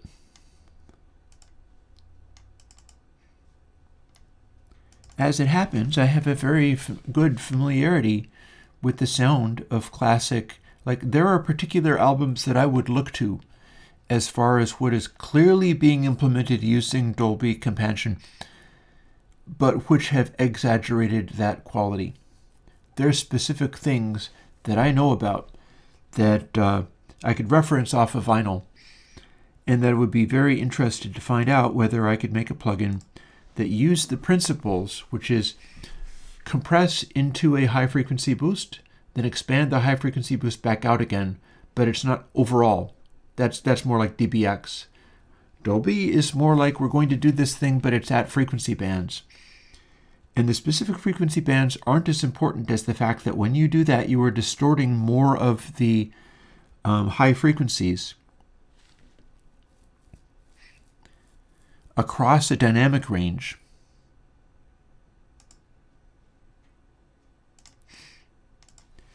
So when you expand it back out again, you have harmonics being put on quieter high frequency things, and specifically high frequency things.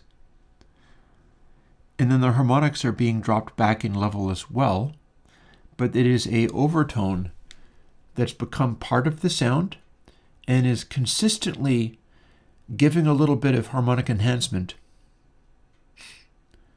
but then it's being expanded so that it becomes dynamically flexible. That makes it act like, tube sound fuzz, adding your harmonics in there, but without it coming across like saturation exactly. And this is not dissimilar to what I do with console, so I know that I can do it. And that's going to be fairly interesting.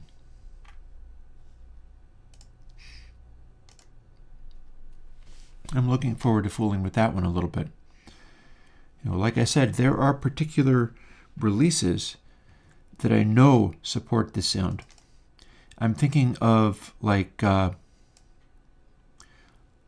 Little Feat's album, Feats Don't Fail Me Now, to some extent Dixie Chicken as well. The Feats Don't Fail Me Now has the track Skin It Back. That sounds like misconfigured Dolby to me. It is so punchy. It is so articulate, so dynamic. It's kind of weirdly inflated. And it's such a characteristic sound. And there is a very similar quality to the sound on the Grateful Dead's album Blues for Allah. You have this funny expansion quality.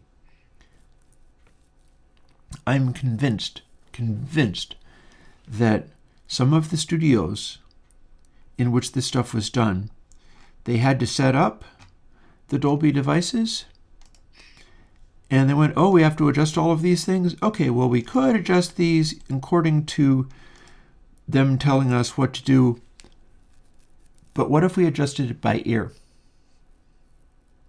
I think that was happening. Not always, not every time, but some of this stuff, back in the day, they didn't necessarily have everything reduced to mathematics and figuring out how to do all of these things. So some of that, especially early on, I wouldn't be at all. It's the right era. It's the right era. It's basically the right tonality. Yeah, absolutely. Absolutely. Think kind of like late 70s, sort of hyper expanded. Men at Work's first album. There's another possible example. Late 70s, clear and clean and dynamic, but weirdly exaggerated dynamics. Weirdly exaggerated articulation, where it's like, oh my God, that's so funky, it's making my brain explode. How can this be so amazing? Well, it's like, because the musicians were amazing, certainly. But then all of the tones are being weirdly enhanced by the noise processing, by the noise expansion system. And there are a variety of, like, if you notice that what you're doing is making the noise be less, and that was the purpose, it's very common to, no, did I not? I think I must have not clicked on the right thing. 32, there we go. I have to click somewhere else. If I click on this, it goes back to 64 again, and I think that's what just happened. There we go. So yeah, absolutely, Scary Monsters. It's the right time period. I think Blues for All, what is that, 1975, 1976? The Grateful Dead were on the forefront of so many things, sound-wise. Their sonics have always been extremely advanced. Right from the very beginning. Like, they were the first to do a live album on a 16-track. They were doing the live album on the 16-track running directly into the machine. That's Live Dead. Audiophile Warhorse, that one. Sounds amazing. You might not know it if you're not familiar with the sound of the band, but it absolutely is. And if you're in the right time period, Dolby became indispensable for the sound of the late 70s. You would not have, like, Pink Floyd The Wall without it. Because you wouldn't be able to do those dynamics without the noise taking over. And that's the sound of it. So it's a whole bunch of, like, late 70s, and disco as well has that going on. There's a whole bunch of late 70s albums that are based off of the sound of this multi-tracking, and also the first introduction of these noise reduction systems on purely analog tape and analog equipment. And that happened first, and then you started getting into the 80s, where we started getting into the SSLs. Big giant consoles with a lot of extra processing, and you went into a sound where you had compressors on everything. You had gates on everything. And as soon as people get access to something, they immediately start using it. It's kind of ridiculous in a way, but that's how you know. Like, these early phases where it's the noise reduction that was the special new thing, that's when that gets pushed to the nth degree.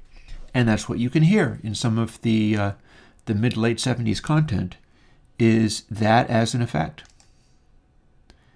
And I believe implicitly that these systems are supposed to be set up in a certain way, but I bet they exaggerated them and set them up by ear. Everybody wants their studio to sound a little bit better than the next guy. And that's what happens. You had the labels, you had, like, Wally Heider in California, a bunch of capable technical people working on the latest new things and working out how to make that, maximize that.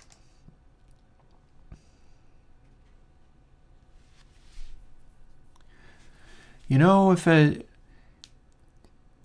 I've wondered about that kind of thing, like evergreens, I kind of need to be able to show people the metering. I need to be able to show people what's actually happening. I'd love to do that, but I couldn't really put it on YouTube except for a narrow, limited range of possible things, because YouTube will whack you right down. Oh yeah, Grubule, that's something that people did in the studio too. That absolutely is a trick that folks used on, like, background vocals and things. Absolutely.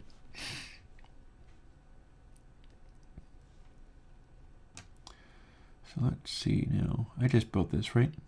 Oh, hang on. What are we doing? Did I copy it over? No, I did not. Gotta stay focused. Gotta remember what the hell I'm doing. One for you. One for you. There we go.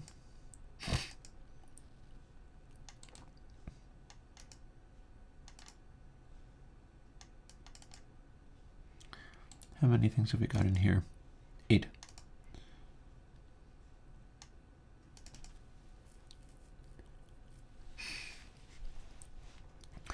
I may end up figuring out a way to get the evergreen stuff going frankly, I need to be able to play the music.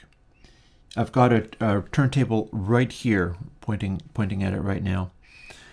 I've got a tube record player preamplifier right here. I've got some cables here. One of them is the headphones for the drum room. I've got some cables here, and these are the outputs of that preamplifier. All I have to do is plug them into the API, because they're not especially high level, but it's simple to do. And I can run the vinyl records through the whole system so that you would hear what all the fuss is about. And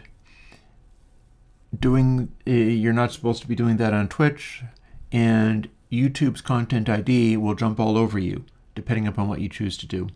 There's stuff that would be really good to document, but it's kind of in the way. So one of the things I have been thinking about is that I recently got a tutorial from Daydream Sound, and that's proved kind of interesting, maybe worth looking into, because he's selling those things, right? And it turned out to be purchasing the course for learning how to run the ASR10. That's what I wanted. He has got that for sale. I think it is a reasonable thing, and so I jumped on it. And I haven't had time to go through it, unfortunately, because I'm doing this. But I will go through it, and I trust it'll be able to get me up and running cleanly and effectively. But it's video files on some kind of website where they're not giving you options to download the video files. I'm not sure how well protected they are against people just pirating them. I'm not really looking into it because I don't think I need to. But it makes me wonder, is that actually a sales front for hidden YouTube videos? Or are they actually able to do their own video hosting in such a way that it would be possible for me to do tutorials and educate about this stuff, including using the audio that I'm talking about? That would be worth going to some trouble. Like, that would be worth constructing elaborate videos with editing and so on, and really going the distance towards doing it properly. Did I just copy these things? Yes, I did.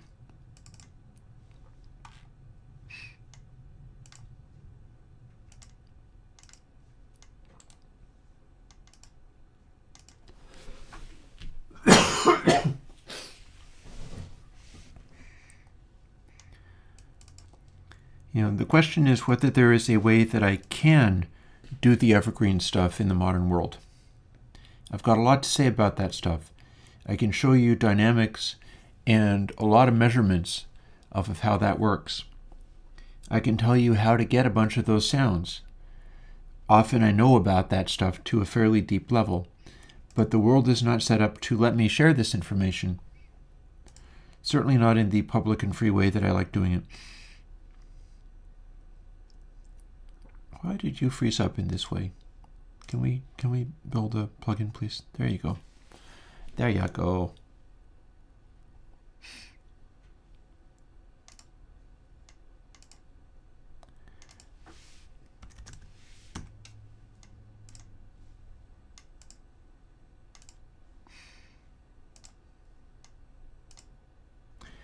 Yeah, because I can't risk being able to reach people through YouTube or whatever just for the purpose of being able to play other people's music, because I got these plugins to do and people need to be able to hear how that stuff works as well.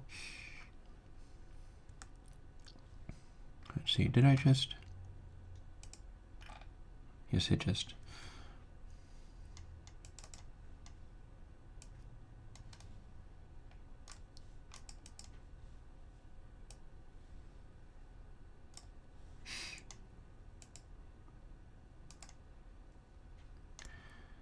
You're absolutely right, though.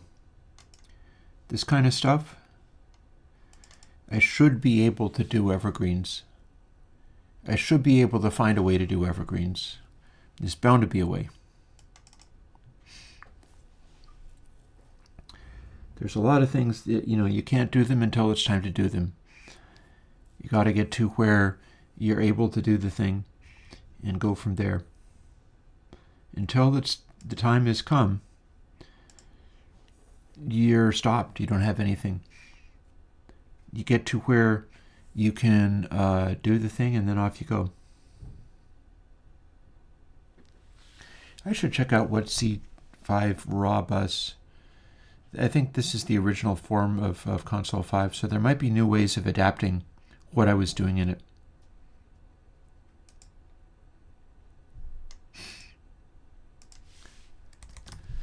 This was an odd dock, this one. This is the one where it broke if you gave it sawtooth waves. But it did have a pretty magical tone to it.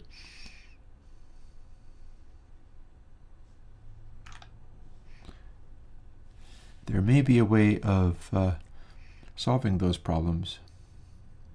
We shall see. I mean, one of the things that I know is that you can do a biquad bandpass, and that'll get rid of off-center sound. So I could adapt C5 and then put a biquad in there and have it adapt itself to the needs of the situation. For now, we do have this living in its own little thing, and some of that stuff could be set up manually. So if you're interested in experimenting with it, that is quite possible. I would run a Console 5 system, and then I would build and follow it immediately by a biquad filter set to bandpass and an extremely, extremely low Q, just as wide as you can get, because that's still going to reject DC and the Nyquist frequency. And I believe it'll still work on double precision. You probably don't have to go to long double to get it to be functional. I'm thinking it'll still work.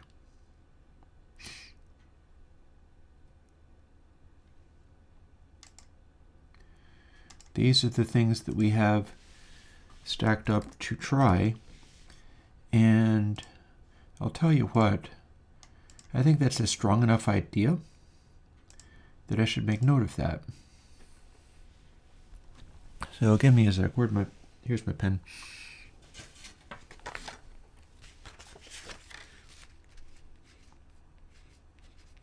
This might be the building blocks for me doing other kinds of plugins as well.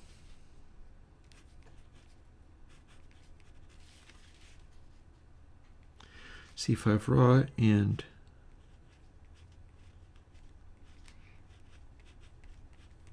biquad wide bandpass.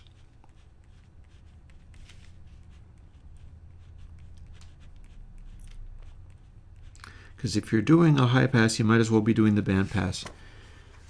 It's not going to do any harm if you're running at a higher sample rate and it's not actually filtering supersonic stuff so much as it's filtering just near Nyquist, but that still will provide a certain amount of aliasing resistance, and you set the frequency to set the sort of overall voicing of it. In fact, maybe the overall voicing could be adjustable, because if we've got it set up doing that, you can tilt it in various ways, and it will start clamping either the extreme highs or the extreme lows, depending upon how you've set it. Whether that's exactly like somebody else's existing analog console from 1950 or whatever, doesn't really matter. We're in DSP, we're in the computer. And it's a question of, is it useful to have your channel, your basic console system that needs to suppress DC information if you've got like sawtooth waves or whatever? Is it useful to have that, have basically a tilt control on every channel, so that the channel could be a little more bassy or it could be a little more trebly, lean it, and it's part of what you're already doing, so you don't have any extra processing to get that to happen. it becomes an extra voice control. And that's probably a darn good idea. I don't know if it's so good that I need to have it be console 8 and skip over the Mackie 8 bus idea. But I can tell you that that's a darn good idea. So, Alt F4. And that's based off of the stuff that I had with console 5.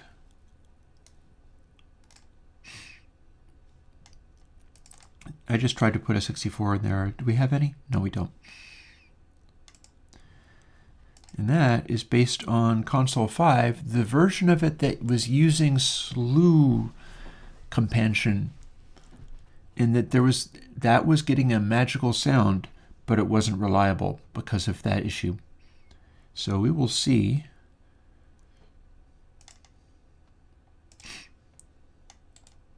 whether we can dig into that a little bit.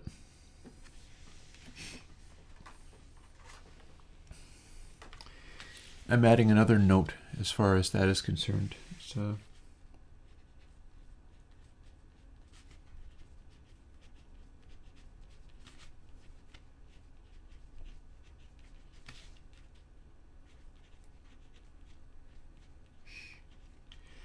because that'd be an interesting tone shaping factor. Like the fact that the way that it processes requires that anyhow.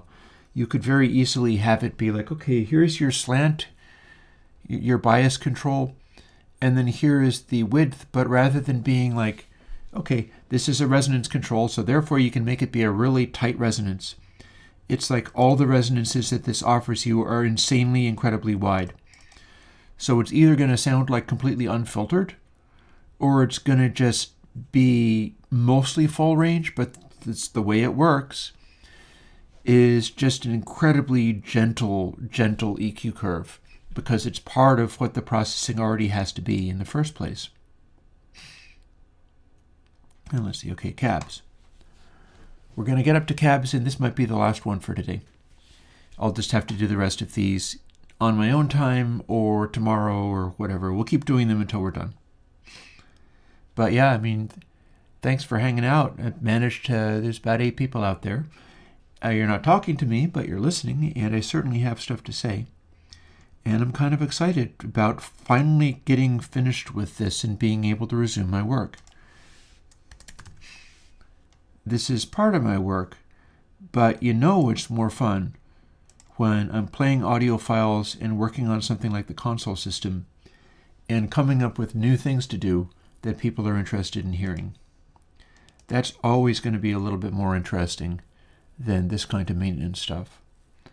But you know, you have to do both. You have to take out your trash, you have to clean up your stuff, which I'm not actually, I don't like sweeping floors and cleaning things all that much, although I don't like things being filthy either. It's all good. This is all stuff that one does. And if I get through this, which I will continue to work on. Here's another delete. We got how many things? 5 things in the recycle bin. We got right up to C. And yeah, that's going to do it for today. Or at least that's going to do it for the stream for today. There's not all that much to watch in the stream, honestly. But thanks for hanging with me while I did this. I've got a bunch more of it to do. But you know, it's not going to be too long before I'm actually finished.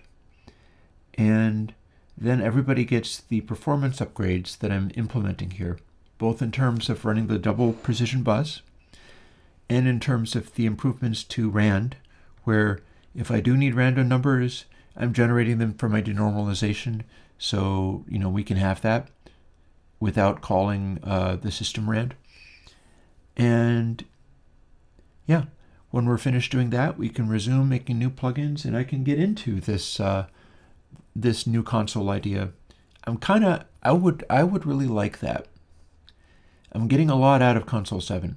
I'm using it for my own stuff, I'm very pleased with it, but I feel that it could be expanded further, and there's nothing that excites me more than being able to do cool things like that that are not just ripping somebody else's property and saying, oh, this is the EMI Red console.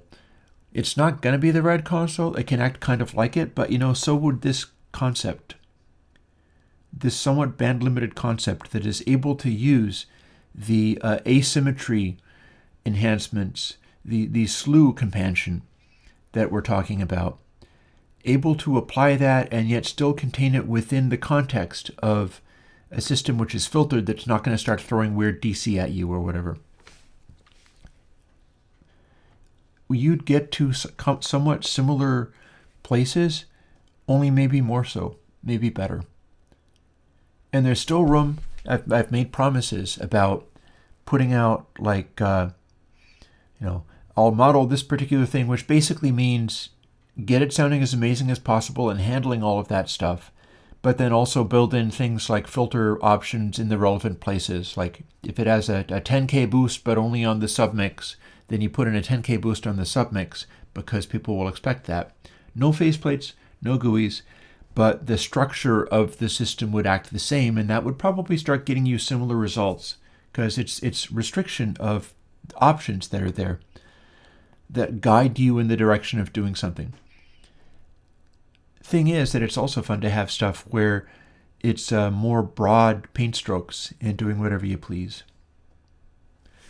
So on that note, I will say goodbye for now, and I'll catch up with you tomorrow. Bye-bye.